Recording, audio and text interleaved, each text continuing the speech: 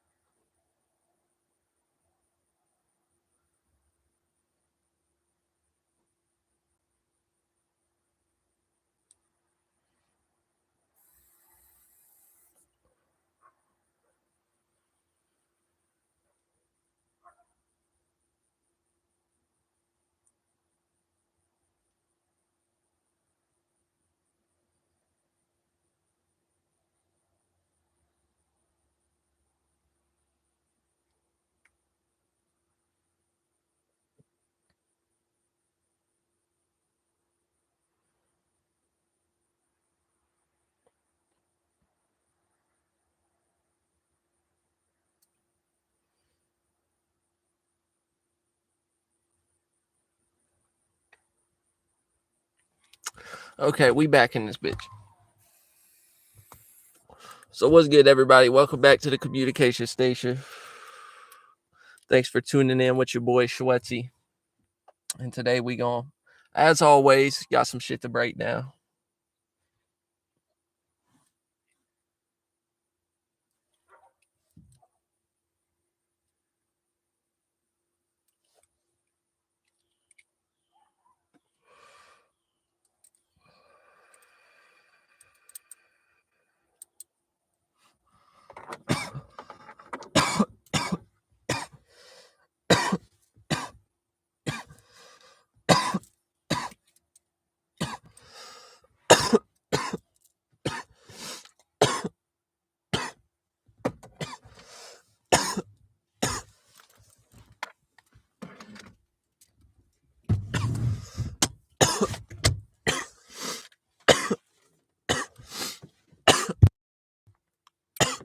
All right. So, anyways, we're back in this bitch with a new topic for today, as always. Today we're gonna be talking about a few different things as far as the creative process, the process it takes to invent things, the process that it takes to never have writer's block or never to never have a lack of ideas, right? Creative ideas which can alter something in a more positive effect. Like, for example, whenever we get into the aspect of speaking about people who invent things and shit like that, like when you're changing something, altering something, it's about altering the process of it, right? When you're in that specific field as far as inventing things. So the premise that you're looking for is basically efficiency, right? Whenever you're inventing a new tool or an item or something that can be added on to some piece of machinery or some shit like that, you know what I'm saying? That gives us more efficiency with whatever we're into at the moment. So that's what we're looking for when it comes to inventing things. But we also need to talk about what we see now playing out in reality and what has always been, or certain shit that we might not have had at certain other times, right? So now, for now, for example, at this current moment in time, right? Whenever we're out in the world and we're doing something, so let's just utilize a certain example, right? Let's say we're doing some carpentry or some stone work to, or okay, let's say we're building a fire pit, right? Let's say we're building a fire pit. What needs to be done to build the fire pit is we need to dig out a hole, and then we need to kind of line it with some pretty stones, and then partially fill the hole back up with sand, and then be ready to build your fire on top of it, right? So let's say, for example, there is one person or two people observing one other person who is starting the process of building this fire pit, right? So let's say, for example, he don't have the necessarily right tools for the job. Let's say, for example, my truck is parked way over here and we're building the fire pit way over here. But this one dude who's starting the process, he go and pick up every single rock one by one and carry it from here, carry it from the truck over to where the fire pit's actually being built at, right? And let's say, for example, after he do that, when he start to dig the trench or dig the hole or whatever, he's only got like a fucking handheld little mini like garden shovel or some shit like that. Like he ain't got like a full size shovel, right? He only got like a little mini garden shovel, right? So anybody around who is observing this is going to come up with ideas in their mind to let themselves know, like, man, I know an easier way how this person could do that. If I was just to give this person this wheelbarrow, or if I was just to give this person this shovel right here, this full size shovel with a bigger head on it, a longer handle, all that, it would be much more efficient. It would be able to get done in a quicker and more efficient manner, right? So whenever we think about that and we actually travel back in time in our mind to times when we didn't have shit like that, but we always have an idea of figuring out how to make things more efficient. You know what I'm saying?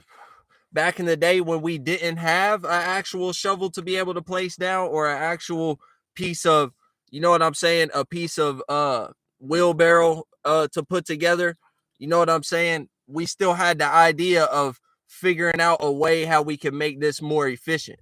And that goes down into anything, even if we're utilizing other things. For example, if we're more on like a creative tip with somebody who is making like artwork and utilizing paint on a canvas or some shit, there might be a certain technique that you could use. There might be a certain way that you could wet your brush, or there might be a certain better brush stroke that you could get, or a certain better brush that's been made that you can get to give you the certain type of how you want it to appear, to make it more prettier on the page. Or if you're a person who's going for efficiency, even in the creative shit, maybe there's a way that you could do this process a little bit quicker. You know what I'm saying? But when it goes into more of the creative aspects, I think a lot of times what people be viewing and what people be putting into a lot of the artwork is how can they make it appear more prettier or look better. It don't really necessarily matter how long it's going to take you, unless you're maybe making music or something, or doing something that involves technology, and you could achieve the same results by doing this in this quicker manner. You know what I'm saying? But I think with the creative aspect, I think a lot of times what people be putting into it is more of the making it look good type of process. But there's another thing that goes into it too that we're fixing to get into here whenever we get into more of the creativity aspect of what I'm talking about here today. You know what I'm saying? Because that's how it's been for the longest time. Like when we look back on art and literature and shit like that, all of it was like more predicated towards what looked the prettiest. Like, you know what I'm saying? Nowadays in art, it's a little bit different. And that's what we're going to get into here in a second. But the past for art, like the Renaissance area and like the history of art and shit like that, and like the paintings that they would put on chapels, and how like the artists and painters back in the day, a lot of the time, a lot of the shit they were making, like they weren't even painting landscapes and shit like that. Like they was doing a lot of realism and shit like that, and they were painting portraits and stuff like that, and trying to make everything look realistic and look really pretty and look cool and shit like that. You know what I'm saying? But that's besides the point. The point I'm getting to, by utilizing these two things as an example, is no matter what the day and age is, no matter what the time frame is, you get what I'm saying, we're always collectively gonna have a way in our mind to make things be more efficient, look prettier, or seek whatever type of outcome it is that we're looking for within our creative gifts and attributes, or whatever it is that we're trying to build right now at the moment. whether that be creatively, whether that be just the process of building in general, or the process of of developing tools that can make things more efficient or more better or more of a pretty brushstroke on the page. You get what I'm saying? And that's why now, if you it, we always are going to have these ideas, you know what I'm saying, of how we could go about it better, even if a person is not privy to certain tools that already have been invented in this day and age. You know what I'm saying? But now we've kind of reached a scope on it. You get what I'm saying? We've kind of come to like a bottlenecking type of situation with the technology that we're able to develop now. That's why they sit here and say to you that, oh, we can't go back to the moon, quote unquote, whether we actually went. I don't even believe that planets are physical like that anyways, but whether or not we actually went, they quote unquote claim that we don't have access to the technology to be able to go back to the moon. So that's just one example. But look at it in this type of way too. Whenever we're dealing with like construction or carpentry or some shit like that, or dealing with farmers who like plow the land and stuff like that, we're at a point now where there's not really much more that can be done.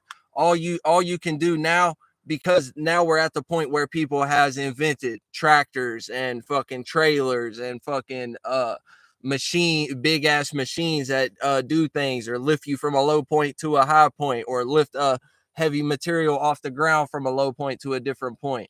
You know what I'm saying? Like, all that shit has been developed now. So all they can do now is upgrade individual small pieces on it, as far as the mechanics that goes into developing what the overall machine is. That's all they can do now, because like I said, we've reached some form of like a bottlenecking type of stage. So even when it comes to that type of shit, and like the shit that they use to like pave the roads and work on the concrete and shit like that, all they can do now, they have the concept of the overall machine. Now all they can do is work up on developing the individual parts that comprise the overall machine in and of itself. So all you're gonna see now are examples of an idea of an overall machine being scaled up or scaled down based upon efficiency. So you can make something that when it was first thought of, or it was first invented, it had to be made very big. You know what I'm saying? Now you can, through developing of the technology of the small pieces that make up that machinery, now all you're gonna see is them being able to upgrade the individual pieces and scale shit down and make it faster or make it stronger or shit like that. You know what I'm saying? That's all you're gonna be able to see out of the purely inventive aspect of it. You know what I'm saying? Because this is what you have to think of anyways. A lot of inventors aren't true creators, and there's a very distinct difference between the two of those. You get what I'm saying? A lot of people who invent shit, and people who have invented shit, right, throughout the past, whenever we get down to Thomas Edison, Alexander Graham Bell, the people who invented the telephone and the light bulb, if they even are the people who actually thought of that and actually started putting it into practice in the first place. You know what I'm saying? A lot of this shit be out of what they think is necessity, right? So they would have these type of people would be in the category of not being the inspiration, instead having to take inspiration from the environment and shit like that. So therefore, people like this would look at examples in the environment and they think, oh, we need a faster mode of communication, or oh, I want to be able to work through the nighttime, and my house wasn't developed with as many windows as certain individuals, and they kind of get dark in here in the daytime, and I need to be able to see better than this candlelight to be able to work on whatever shit that I'm working on down here on earth and shit. So we need a light in some type of way. We need a faster mode of communication in some type of way. We need, you know what I'm saying, shit like that. That's where the invention aspect of it lies. It lies more on the aspect of observing shit from the reality and seeing it as some formulation of a necessity, and so they just be peeping game from that. They don't really draw no spontaneous creative type of shit from within themselves. Maybe they do on the aspect of when it actually comes time to inventing whatever they're talking about. You know what I'm saying? And that's why I be thinking a lot of the shit that has been invented and stuff like that don't even, the credits don't even go to the right names a lot of the time. You know what I'm saying? Because certain shit do take a certain level of creativity to even be able to, and spontaneity. I don't even know how you would make that a word to fit in that type of way, but the act of being spontaneous. You know what I'm saying? If they it take a good fair bit of that to kind of formulate shit sometimes, and be willing to make mistakes and shit like that. So I don't know,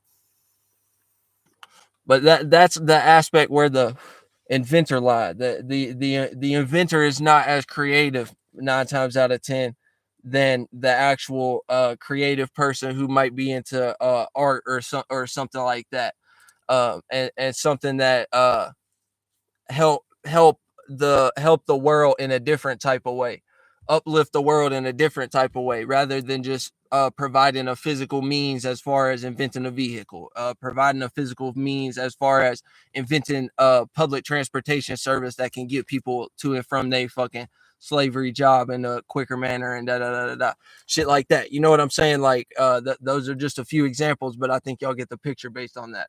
uh so the creative aspect, like I told y'all, a lot of what we study as far as creativity be be more based on the look of things, right? So a lot of the famous artists and shit like that we have praised over time and shit, and the ones that we learn about, you'll start to notice that it was more so predicated towards the look. Things started to change over time, but initially, you get what I'm saying, when we're talking about Michelangelo and shit like that, when we talking about the people who painted the Sistine Chapel and shit. You know what I'm saying? The people who painted certain shit in Rome and shit like that, and painted the ceilings of churches and all these different things. You know what I'm saying? The shit was based on the Bible. You get what I'm saying? So yeah, it was like angels and devils and shit like that. But at the same time, like take a look at a lot of that shit. It's just more realism. It's just more portraits, just not people that was necessarily actually living at that time. And they're just floating and suspended in air and shit like that. So it gives a mystifying feeling to it. But but yeah, in the past, all the creativity was predicated towards how the shit appear, how it looks at the time. But whenever we move into more modern art and stuff like that, that's when y'all will start to see where the true creativity lies, and how it's truly based on the emotion more so than how it appears. That's why nowadays you can have people making millions of dollars from artwork over the most simplest shit that don't even seem like, you know what I'm saying? Like a regular person would see it and be like, damn, that ain't worth nothing but a couple of bucks, and famous artists be eating this shit up. It's because, and if you pay attention, like if you'll watch some videos of people avid art dealers or whatever reacting to certain pieces in galleries and shit like that, you'll notice that's what all of them talk about. It talk about the feeling that it sparked inside of them. So and a lot of the time, like if a person got like a crazy background story to go with the piece or something like that, it even more so like uh raise the value of the piece and shit like that. So that's why now, like, I know there's this viral video that's been floating around of these famous artists who are in a gallery, and a dude literally has like buckets of sand stacked one on top of the other, and it just like slowly fill up or whatever, and then it all tip over and just, you know what I'm saying, all crash together or whatever. And it's because of the feeling. It don't matter how it necessarily looks. And that's the main difference right there. That's the main difference between a creative person and a person who is an inventor. Inventions 9 times out of 10 are purely logically based until we get into some of the outliers like fucking Elon Musk type of character and shit like that. Like he do be a inventor on the logical side of things as far as what he feel like the world need at the moment or some shit like that. But he also just be doing shit for the fun of it or out of the feeling or spontaneously. That's why he developed the concept of inventing a fucking flamethrower and selling it to people because he was just reacting and responding to the feeling. Like he probably seen like an old nerdy TV show or some shit like that. It was like, oh man, it would be cool to have a flamethrower in real life. So he was like, fuck it, I got the access to be able to make this shit. I got the factories and the pieces to be able to put it together and make blueprints, whatever, get it approved and all that shit. Boom, let's just make it. And he made it. You know what I'm saying? But uh that's like a fucking, I forget what the word I'm looking for is. I forget what the word I'm looking is, but leave Elon Musk out. He sometimes be on the more creative tip with it. But that's what I'm getting to. And the invention aspect of it is developed purely off of logic and reasoning. The invention is intelligence based as far as viewing the world and what logically makes sense and what we feel like we need at the moment and what can make the world better in that way. And the creativity aspect of it is more so what can make me feel better at this time or what would be fun for me to do at this time, what would give me some type of feeling at this time. And some people be striving for what can make the world feel in certain types of ways and da da da da da, this and that. I personally think that shit, the world gonna react and respond how it's gonna react and respond regardless. So I would just recommend doing shit that make you feel good or is fun for you to make, or whether it's art, whether it's music, whether it's fucking making clothes, whether it's, you know what I'm saying, like that's where you lose the creativity when you get more into the inventor mind and think, oh, what do the people want right now? What do the people need right now? Okay, this certain type of shirt brand is popular at the moment. This certain type of fucking Gucci, Louis, or designer type of concept is popular right now. So let me go ahead and make something that kind of looks similar to that and make it a brand and try to start selling shit like that. You know what I'm saying? That's where you lose the spontaneity. That's where you lose the creativity aspect of it. When you get more into the intelligence and trying to think what people might want or need at the moment.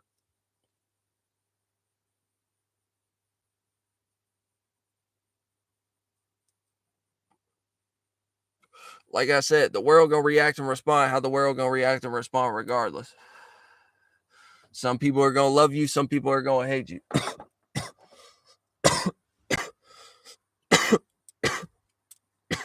Some people are gonna support you, and some people ain't.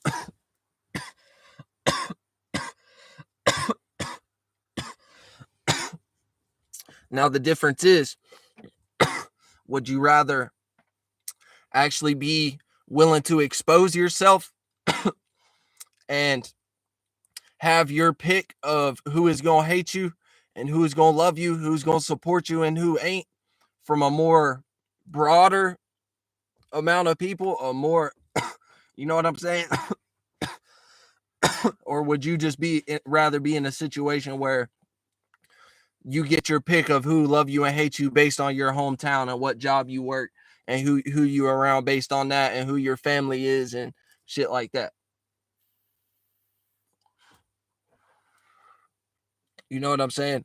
But also, when we get into the writer's block aspect of this video today, when we get into the writer's block aspect of it, that this is why a lot of times you see truly creative people who have a vast amount of creativity. This is why you never see them running out of ideas.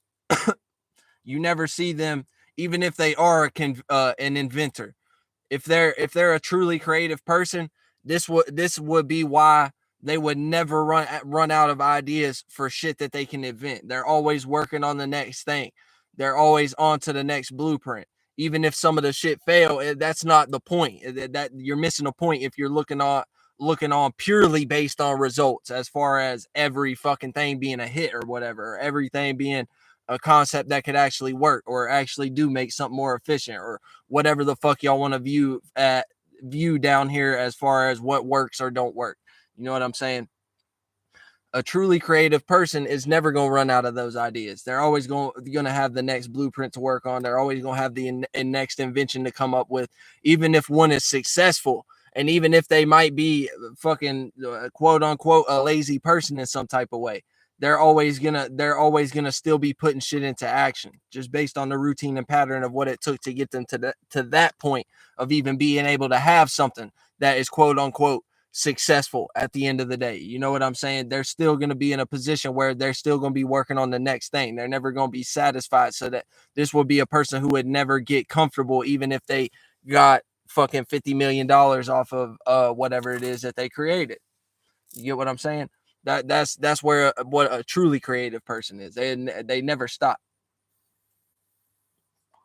They'll never be satisfied, even if they get $80,000,000. You know what I'm saying? $80 million 1,000 times. Whatever it take. You know what I'm saying? Whatever it take.